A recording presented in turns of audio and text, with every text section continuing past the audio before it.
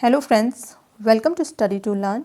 आज के इस सेशन में हम डिस्कस करने वाले हैं राष्ट्रपति के वेतन एवं भत्ते के बारे में और साथ में जानेंगे राष्ट्रपति के अधिकार एवं राष्ट्रपति की कौन सी जो शक्तियां होती हैं। ठीक है, तो इनको आज पूरा डिटेल में हम पढ़ते हैं। ठीक है, आप चाहे तो इनके नोट्स बना सकते हैं ताकि आपको काफ़ी हेल्प रहे किसी भी एग्ज़ाम की प्रिपरेशन के लिए, क्योंकि इनको हमने बहुत ज़्यादा मेहनत के साथ में इन सारी चीज़ों को हमने कवर करने की कोशिश की है। ठीक है, आपने देखा होगा कि इससे पिछली वाली क्लास में हमने राष्ट्रपति के बारे में जाना था, राष्ट्रपति से संबंधित जो अनुच्छेद हैं और जिन अनुच्छेदों में राष्ट्रपति को लेकर के बात की गई है, राष्ट्रपति के निर्वाचन से लेकर के उनकी क्या अहर्ताएँ हैं, इन सारी चीज़ों के बारे में हमने वहाँ पे बात की है। अगर आपने वो वीडियो नहीं देखा है तो लिंक आपको डिस्क्रिप्शन में मिल जाएगा, आप जाके उसको चेक कर सकते हैं ताकि आपको आगे ये जो राष्ट्रपति के वेतन एवं भत्ते और साथ में जो शक्तियाँ हम पढ़ रहे हैं तो वो पूरा आपको डिटेल में अच्छे से समझ में आ जाए। ठीक है, तो आज हम बात करने वाले हैं राष्ट्रपति के वेतन एवं भत्ते और अधिकारों के बारे में। तो सबसे पहले जानते हैं कि जो राष्ट्रपति का जो वेतन होता है वो क्या होता है। तो राष्ट्रपति का जो मासिक वेतन होता है, यानी कि एक महीने का जो वेतन राष्ट्रपति को मिलता है तो वो 5 लाख रुपया मिलता है। ठीक है, 5 लाख रुपये राष्ट्रपति को सैलरी के रूप में मिलता है। ये जो 5 लाख रुपए हैं राष्ट्रपति का जो वेतन के रूप में जो दिया जाता है, तो ये 2017 से मिलना प्रारंभ हुआ है।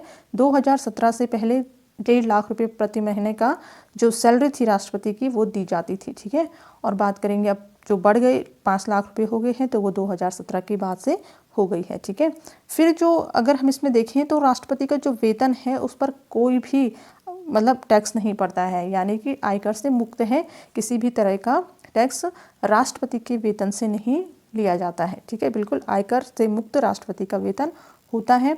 फिर है राष्ट्रपति को निःशुल्क निवास मिलता है। ठीक है, आवास जो रहने का घर जो है वो बिल्कुल निःशुल्क मिलता है, उस पर किसी तरह का कोई चार्ज कोई टैक्स नहीं लिया जाता है। ठीक है, और जो संसद के द्वारा जो स्वीकृत अन्य भत्ते हैं, तो संसद ने जो डिसाइड किए हुए हैं कि राष्ट्रपति को इतना भत्ता मिलना चाहिए, तो वो भत्ते भी साथ में राष्ट्रपति को मिलते हैं। फिर आएगा राष्ट्रपति के कार्यकाल के दौरान उनके वेतन तथा भत्ते में से किसी भी प्रकार की कमी नहीं की जा सकती है। तो ये बात तो फिक्स हो रखी है, डिसाइड हो रखी है कि राष्ट्रपति का जो कार्यकाल रहेगा, जो जिस समय राष्ट्रपति कार्य करेंगे, ठीक है, तो उसके दौरान, ठीक है, तो 5 वर्ष का जो कार्यकाल का समय होता है राष्ट्रपति का, तो उसके दौरान राष्ट्रपति के वेतन और भत्ते में से किसी प्रकार की कटौती नहीं की जा सकती है। ठीक है, कोई कम नहीं किया जा सकता है उनके वेतन को किसी भी तरह से, और ना ही साथ में उनके जो भत्ते हैं वो काटे जा सकते हैं। ठीक है, तो ये बात कही गई है।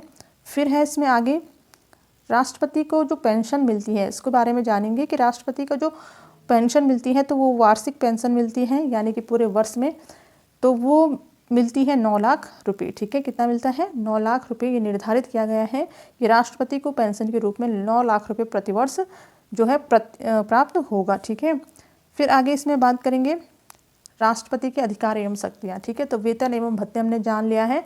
अब देखते हैं राष्ट्रपति के कौन से अधिकार होते हैं, कौन सी पावर जो है राष्ट्रपति के पास होती है, जिनके आधार पर राष्ट्रपति कार्य कर सकते हैं। तो इनके पास काफ़ी सारे अधिकार होते हैं। ठीक है, इनको 1 बाय 1 हम देखते हैं। तो सबसे पहले है यहाँ पे नियुक्ति संबंधी अधिकार। नियुक्ति से संबंधित कौन सा अधिकार होते हैं, कौन कौन से अधिकार होते हैं, यानी कि जो राष्ट्रपति हैं वो किन किन की नियुक्ति कर सकते हैं। ठीक है, तो इसमें आगे देखते हैं। तो सबसे पहले तो देखिए पहले नंबर पे है भारत का प्रधानमंत्री। ठीक है, तो भारत के प्रधानमंत्री की नियुक्ति राष्ट्रपति के द्वारा होती है, यानी कि राष्ट्रपति नियुक्ति कर सकता है प्रधानमंत्री की। और फिर है प्रधानमंत्री की सलाह पर, यानी कि प्रधानमंत्री से सलाह लेकर के मंत्रिपरिषद के जो सदस्य हैं, ठीक है, मंत्रिपरिषद के जो सदस्य हैं, इनकी नियुक्ति भी राष्ट्रपति के द्वारा होती है। फिर है सर्वोच्च एवं उच्च न्यायालयों के मुख्य न्यायाधीश।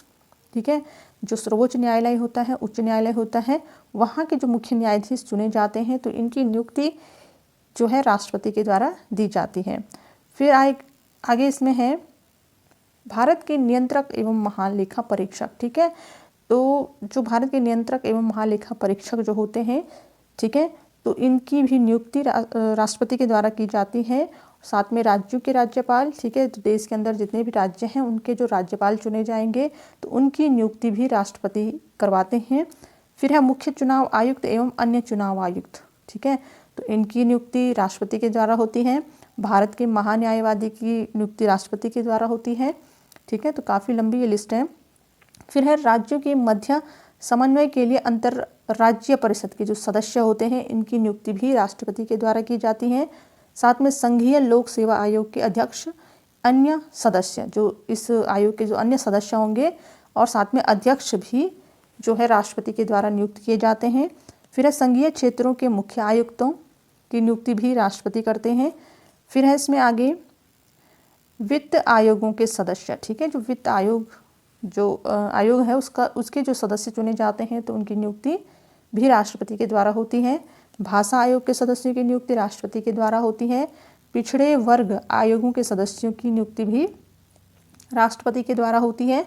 अल्पसंख्यक आयोग के जो सदस्य होते हैं, ठीक है, अल्पसंख्यक आयोग के सदस्य जो होते हैं तो उनकी नियुक्ति भी राष्ट्रपति के द्वारा की जाती है।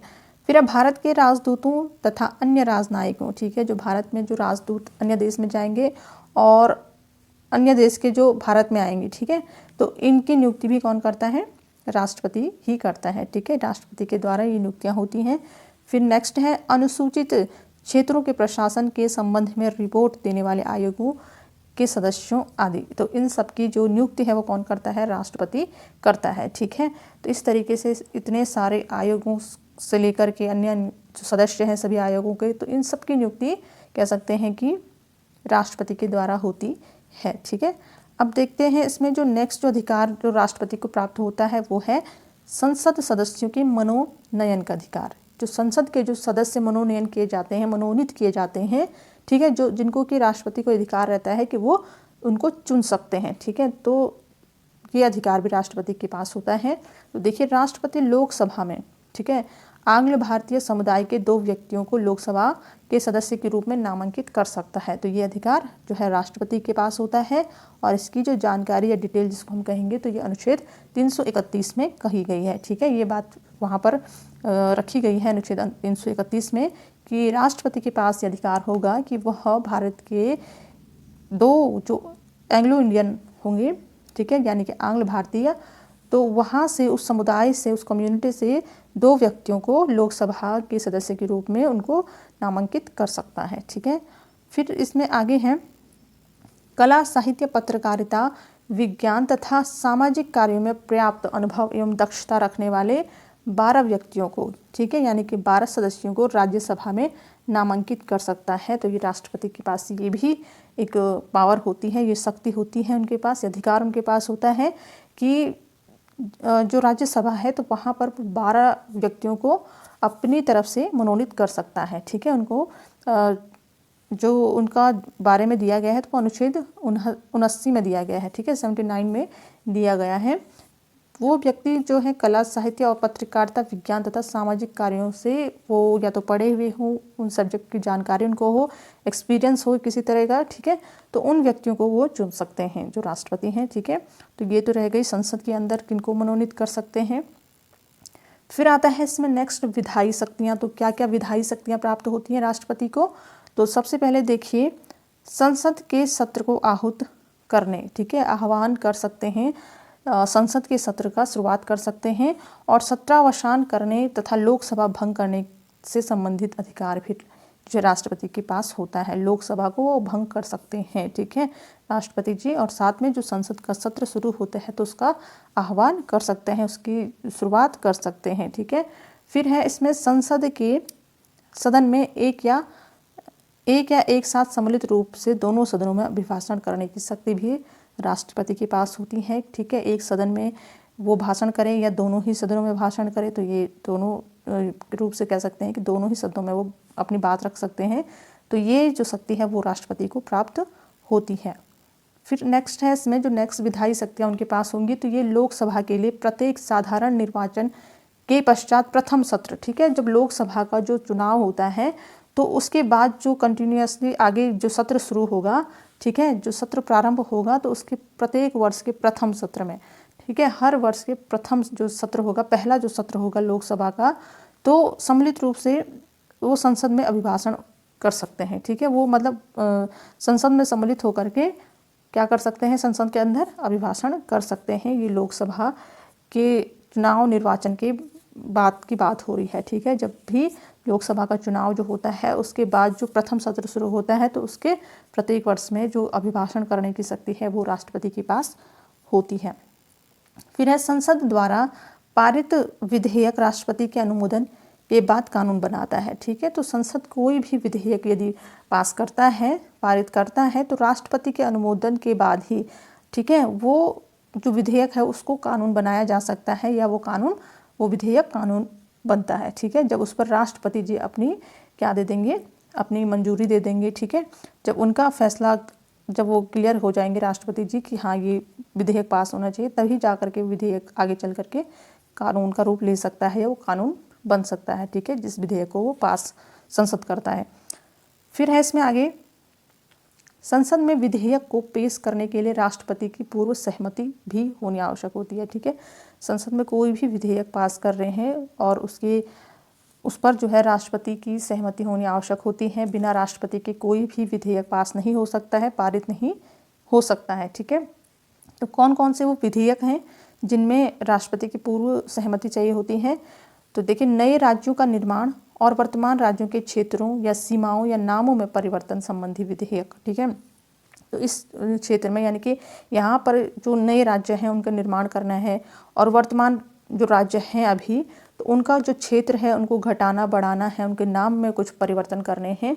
तो इससे संबंधित जो विधेयक है जो संसद पारित करवाना चाहता है, तो इस पर जो पूर्व सहमति होती है पूर्ण रूप से, तो वो राष्ट्रपति की होती है, तभी जा कर के वो आगे वो विधेयक पास होता है, ठीक है। फिर है धन विधेयक। धन विधेयक को लेकर के जो राष्ट्रपति हैं वो जब अपनी मंजूरी दे देंगे, अपनी सहमति देंगे, तभी वो आगे पारित हो पाएगा। फिर आगे है संचित निधि में व्यय करने, ठीक है। जो संचित निधि होती है, जो जमा निधि होती है देश के अंदर, तो उस निधि में से कुछ व्यय करने की अगर बात कर रहा है किसी विधेयक के दौरान, तो वो भी तभी पास होगा जब उसमें राष्ट्रपति जी क्या करेंगे, अपनी सहमति देंगे, ठीक है। फिर है ऐसे कराधान पर जिसमें राज्य हित जुड़े हैं प्रभाव डालने वाले विधेयक, ठीक है। तो ऐसे कोई ऐसा विधेयक जिस पे राज्य हित से वो जुड़ा हुआ है, यानी कि किसी राज्य का उसमें हित हो रहा है, ठीक है, अच्छे कार्य हो रहे हैं, तो उस पर प्रभाव डालने के लिए जो विधेयक बनाए जा रहे हैं, तो उस पे भी राष्ट्रपति की मंजूरी या राष्ट्रपति की सहमति कह सकते हैं वो होनी बहुत आवश्यक होती है, ठीक है। तो इन चीज़ों में अगर राष्ट्रपति जी ने अपनी पूर्ण सहमति दे दी तो ही वो विधेयक आगे जाकर के पास हो सकते हैं, ठीक है। अब इसके बाद हम बात करेंगे जो चौथा नंबर का जो शक्ति होती है राष्ट्रपति के पास, तो वो होती है अध्यादेश जारी करने की शक्ति, ठीक है। अध्यादेश जारी करने की शक्ति होती है।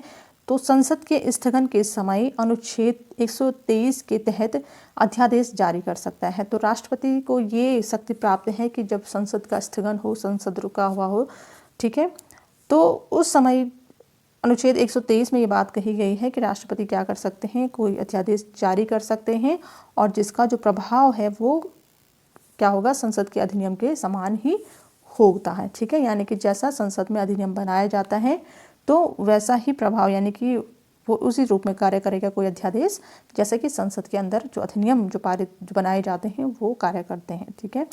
फिर आगे है किसी गैर धन विधेयक पर दोनों सदनों में मतभेद होने की स्थिति में, ठीक है। गैर धन विधेयक अगर पारित करवाने की कोशिश कर रहे हैं या वहाँ पर पारित करने की बात कर रहे हैं संसद के अंदर, तो ऐसी स्थिति में दोनों का संयुक्त अधिवेशन बुलाने तथा अध्यादेश जारी करने की शक्ति भी राष्ट्रपति के पास होती है, ठीक है। यहाँ पर अगर बात करें हम कि संसद के अंदर जो है दोनों सदनों में मतभेद हो रहा है किसी विधेयक को लेकर के, ठीक है। एक कह रहा है कि ये सही है लेकिन दूसरे को वो नहीं समझ में आ रहा है, वो दूसरा सदन कह रहा है, मना कर रहा है उस विधेयक को पास करने के लिए, और इस ऐसी स्थिति में मतभेद उत्पन्न हो रहा है, तो राष्ट्रपति के पास ये शक्ति होती है कि दोनों ही सदनों को बुला करके संयुक्त अधिवेशन करके अध्यादेश जारी कर सकता है, ठीक है। फिर आगे इसमें आएगा सैनिक शक्ति, ठीक है। तो क्या सैनिक शक्तियाँ होती हैं, तो सैन्य शक्ति जो होती हैं, तो सैन्य बलों का जो सर्वोच्च शक्ति जो होती है वो राष्ट्रपति के पास होती है, ठीक है। यानी कि सभी सर्वोच्च जो अध्यक्ष होगा, ठीक है, तो वो राष्ट्रपति होता है, सभी जो सेनाएं होती हैं, ठीक है। तो ये बात होती है सैन्य शक्तियाँ जो राष्ट्रपति के पास होती हैं। फिर आएगा इसमें नेक्स्ट राजनीतिक शक्तियाँ। तो इसमें है राष्ट्रपति विदेशों के लिए भारतीय राजदूतों की नियुक्ति करता है एवं भारत में विदेशों के राजदूतों की नियुक्ति का अनुमोदन करता है। ठीक है, तो ये हमने पहले भी डिस्कस किया कि राष्ट्रपति क्या करते हैं कि जो विदेशों के लिए जो भारत से राजदूत जाएंगे तो उनकी नियुक्ति भी जो राष्ट्रपति हैं उनके द्वारा होती है, और साथ में जो विदेशों के राजदूत भारत में नियुक्ति देने आएंगे तो उनको नियुक्ति पत्र यानी कि कौन देगा, राष्ट्रपति ही देगा। ठीक है, तो दोनों ही तरह से बाहर के राजदूत और भारत से जो बाहर जा रहे हैं राजदूत अन्य देशों में, तो दोनों ही क्षेत्र में देखें तो जो नियुक्ति है वो राष्ट्रपति के द्वारा की जाती है। फिर है इसमें दूसरे देशों के साथ कोई भी समझौता यदि हो रहा है तो उस पर राष्ट्रपति के नाम से की जाती है, यानी किसी और देश में समझौता किया जा रहा है किसी भी बात को लेकर के, तो वहाँ पर राष्ट्रपति ही जो हैं वहाँ पर जो अपना उनका ही नाम जाएगा, यानी कि वही नेतृत्व के रूप में आगे जाएंगे कि राष्ट्रपति के द्वारा ये कार्य किया जा रहा है। ठीक है, तो ये समझौता के लिए भी राष्ट्रपति ही आगे आएंगे। फिर है इसमें क्षमादान की शक्ति, तो राष्ट्रपति के पास क्षमादान की शक्ति होती है। संविधान के अनुच्छेद 72 में ये कहा गया है कि राष्ट्रपति को किसी अपराध के लिए दोषी ठहराए गए किसी व्यक्ति को दंड को क्षमा करने, उसका प्रविलंबन करने, परिहार और लघुकरण करने की शक्ति प्राप्त होती है। ठीक है, तो अनुच्छेद इसमें 72 में ये बात कही गई है। ठीक है, तो किसी भी रूप में अगर कोई जो व्यक्ति है जिसको अपराधी घोषित किया गया है उसको कोई कठोर दंड मिला है तो उस दंड को अगर वो व्यक्ति राष्ट्रपति के पास जाता है, ठीक है, क्षमा याचना के लिए, तो राष्ट्रपति के पास ये शक्ति होती है कि राष्ट्रपति उसका जो दंड है उसको माफ़ कर सकता है, प्रविलंबन कर सकता है, उसको आगे के लिए क्या कह सकते हैं कि आगे बढ़ा सकता है कि इस पे और आगे बात होगी। ठीक है, परिहार कर सकता है, उसका लघुकरण कर सकता है, कम कर सकता है। ठीक है, तो इस तरह की चीज़ों का जो पावर होती है वो राष्ट्रपति के पास होती है। फिर अब आगे बात करेंगे इसमें राष्ट्रपति की आपातकालीन शक्तियाँ। ठीक है, तो राष्ट्रपति के पास कुछ आपातकालीन शक्तियाँ भी मौजूद होती हैं। तो कौन सी होती हैं, तो देखिए भारतीय संविधान में आपातकाल से संबंधित उपबंध जो दिए गए हैं वो भाग 18 में दिए गए हैं। ठीक है, भाग 18 में हम राष्ट्रपति के बारे में पढ़ते हैं भाग 5 में, और भाग 18 जो है यहाँ पर राष्ट्रपति से संबंधित जो आपातकाल जो होता है, ठीक है, आपातकाल से संबंधित उपबंध दिए गए हैं, यहाँ पर दिए गए हैं, और राष्ट्रपति के पास ये शक्तियाँ हैं कि वो आपातकालीन स्थिति में कैसे कैसे कार्य करेंगे। तो ये भाग 18 के जो अनुच्छेद 352 हैं वहाँ से लेकर के 352 से 360 तक यहाँ पर पूरी डिटेल मिल जाएगी आपातकाल से संबंधित। ठीक है, मंत्रिपरिषद के परामर्श से राष्ट्रपति 3 प्रकार के आपात लागू कर सकता है। ठीक है, कितने कर सकता है, 3 प्रकार के आपात लागू कर सकता है मंत्रिपरिषद के परामर्श से। कौन, राष्ट्रपति। ठीक है, कौन कौन से हैं ये 3 तरह के जो आपात हैं, तो सबसे पहले देखिए युद्ध या बाह्य आक्रमण का सशस्त्र विद्रोह के कारण लगाया गया आपात। ये अनुच्छेद 352 में कहा गया है कि कोई भी युद्ध अन्य देश जो है अपने देश से भारत से क्या करना चाह रहा है, युद्ध करना चाह रहा है या युद्ध की स्थिति उत्पन्न हो रही है। ठीक है, सशस्त्र विद्रोह जो है वो उत्पन्न हो रहा है, तो इन चीज़ों को लेकर के जो आपात की घोषणा करेंगे तो वो राष्ट्रपति करेंगे, और इसके बारे में जो बात कही गई है वो अनुच्छेद 352 में कही गई है। ठीक है, फिर है राज्यों में संवैधानिक तंत्र के विफल होने से उत्पन्न आपात। ठीक है, तो ये अनुच्छेद 356 में कहा गया है कि किसी भी तरह से जो सरकार का जो तंत्र है, संविधान का जो तंत्र है, ठीक है, तो वो कहीं ना कहीं से क्या हो रहा है, विफल हो रहा है, लोग उसका क्या कर रहे हैं, गलत प्रयोग कर रहे हैं। तो ऐसी स्थिति में अनुच्छेद 356 के अंतर्गत ये बात कही गई है कि राष्ट्रपति क्या कर सकते हैं, आपात की घोषणा कर सकते हैं, और जिस क्षेत्र में संवैधानिक तंत्र के रूप में कार्य जो अच्छी तरह से नहीं चल रहा है तो वहाँ पर उस क्षेत्र में, उस राज्य में राष्ट्रपति शासन लागू किया जा सकता है। ठीक है, ये 356 में बात कही गई है। फिर नेक्स्ट जो तीसरे नंबर का जो आपात है तो वो है वित्तीय आपात। तो ये अनुच्छेद 360 के अंतर्गत ये बात कही गई है। ठीक है, तो वित्तीय आपात जो होता है वो न्यूनतम 2 माह के लिए लगाया जाता है। फिर अब आगे बात करेंगे, राष्ट्रपति किसी सार्वजनिक महत्व के प्रश्न पर उच्चतम न्यायालय से अनुच्छेद 143 के अधीन परामर्श ले सकता है। ठीक है, सार्वजनिक यानी कि सभी लोगों के लोगों के हित के लिए, ठीक है, सार्वजनिक हित या सार्वजनिक महत्व के लिए क्या कर सकता है, उच्चतम न्यायालय से क्या कर सकता है, परामर्श ले सकता है। तो यह अनुच्छेद 143 में ये बात कही गई है, लेकिन यह जो परामर्श है वह मानने के लिए बाध्य नहीं होता है, यानी कि राष्ट्रपति परामर्श तो लेंगे लेकिन अगर उन्हें परामर्श सही लगेगा, उच्चतम न्यायालय से लिया गया, तो वो उसको आगे फॉलो करेंगे, उस पर कार्य करेंगे, उस परामर्श पर। और यदि उन्हें परामर्श ठीक नहीं लगेगा तो किसी तरह से बाध्य नहीं होते हैं राष्ट्रपति जी, ठीक है, वो फिर अपने तरीके से कार्य को कर सकते हैं। अब इसमें नेक्स्ट जो अधिकार प्राप्त होता है तो देखिए 9 नंबर पे यह है राष्ट्रपति का जो वीटो अधिकार होता है, वीटो शक्तियाँ या निषेधाधिकार इसको हम कहेंगे, तो ये अधिकार भी प्राप्त होते हैं राष्ट्रपति को। तो ये 3 तरीके से होते हैं, ठीक है, अलग अलग। तो सबसे पहले आता है निरपेक्ष वीटो, ठीक है, एब्सोल्यूट वीटो इसको कहा जाता है। तो ये अधिकार प्राप्त होते हैं राष्ट्रपति को। तो इसके अंदर क्या होता है कि इस वीटो शक्ति के अंतर्गत राष्ट्रपति किसी विधेयक पर अपनी अनुमति नहीं देता है, अर्थात वो अपनी अनुमति को सुरक्षित रख सकता है, ठीक है। कोई विधेयक पास करवा रहे हैं संसद में, तो अगर राष्ट्रपति को वह सही नहीं लगा तो वह कोई अपनी अनुमति वहाँ पर नहीं देंगे, और बिना राष्ट्रपति की अनुमति के विधेयक जो है पास नहीं होता है, ठीक है। तो वह क्या करेंगे, अपनी अनुमति को सुरक्षित रख सकते हैं। वह अगर उन्हें सही नहीं लग रहा है कि ये विधेयक सही है, ठीक है, तो वो अपनी अनुमति उस पर नहीं देंगे। तो इसको बोलेंगे निरपेक्ष वीटो, जिस पर वो अपनी अनुमति नहीं देते हैं और अपनी अनुमति को सुरक्षित रख देते हैं, ठीक है। तो ये अधिकार प्राप्त होता है। फिर जो नेक्स्ट जो वीटो अधिकार होता है वो निलंबनकारी जो वीटो अधिकार है वो प्राप्त होता है राष्ट्रपति को। इसको हम कहते हैं सस्पेंशन वीटो। तो देखिए इस वीटो शक्ति के अंतर्गत राष्ट्रपति किसी विधेयक को संसद के पास पुनर्विचार हेतु भेज सकता है, ठीक है। अगर राष्ट्रपति को विधेयक में कुछ कमियां नजर आई हैं और चाहते हैं कि उस पर संसद दोबारा से विचार करे, कुछ सुधार करे, तो वह दोबारा से उस विधेयक को संसद के पास भेज सकते हैं पुनर्विचार के लिए, ठीक है। उसको बोलते हैं निलंबनकारी वीटो। अब नेक्स्ट जो 3rd नंबर पे आता है वो आता है जेबी वीटो, ठीक है, पॉकेट वीटो इसको कह सकते हैं, जेबी वीटो, ठीक है। तो पॉकेट वीटो यानी कि अपनी पॉकेट में रख सकते हैं राष्ट्रपति जी किसी भी कार्य को, अगर वह नहीं चाहते हैं करवाना तो वह अपने पास सुरक्षित रख सकते हैं, यानी कि अपनी पॉकेट में रख सकते हैं, ठीक है। इसलिए इसको पॉकेट वीटो कहा जाता है, जेबी वीटो कहा जाता है। तो इस वीटो की जो शक्ति है उसके अंतर्गत राष्ट्रपति किसी विधेयक को अनिश्चित काल के लिए अपने पास सुरक्षित रख सकते हैं। तो कोई भी जो विधेयक जो राष्ट्रपति के पास पहुंचता है तो उस विधेयक को अनिश्चित काल के लिए, ठीक है, कोई समय सीमा नहीं होती है कि या अब तक या तब तक, कब तक, कोई सीमा नहीं, अनिश्चित काल के लिए जब तक उनकी इच्छा हो राष्ट्रपति जी की, तो वह अपने पास उस विधेयक को सुरक्षित रख सकते हैं, जिसे पॉकेट वीटो कहते हैं, ठीक है।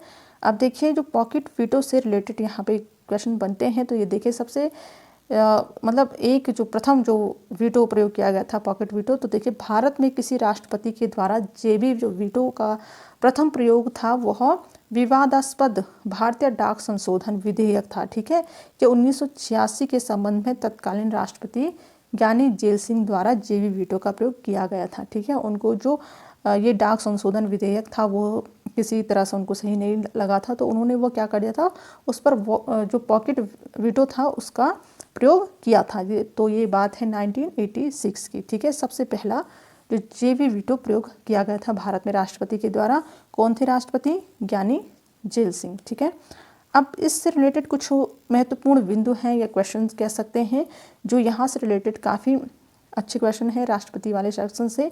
तो देखिए सबसे पहले डॉक्टर राजेंद्र प्रसाद भारत के प्रथम राष्ट्रपति थे, ठीक है। कई बार पूछा जाता है कि भारत के प्रथम जो राष्ट्रपति थे वो कौन थे, तो डॉक्टर राजेंद्र प्रसाद थे और वे 2 बार निर्वाचित हुए थे, ठीक है, लगातार।